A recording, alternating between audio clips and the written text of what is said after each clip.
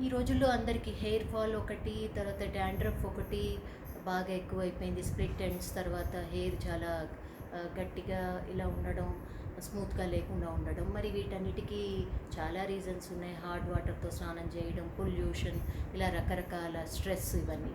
మరి ఇలాంటప్పుడు మన హెయిర్కి మంచి న్యూట్రిషనల్ మాస్క్ ఎలా తయారు చేసుకోవాలంటే, ఒక కప్లో aloe vera gel, fresh aloe vera gel 4 to 5 spoons తీసుకోండి. దానికి 2 స్పూన్ల కర్డ్ యాడ్ చేయండి. దానికి 2 స్పూన్ల ఫ్రెష్ కొబ్బరి పాలు యాడ్ చేయండి.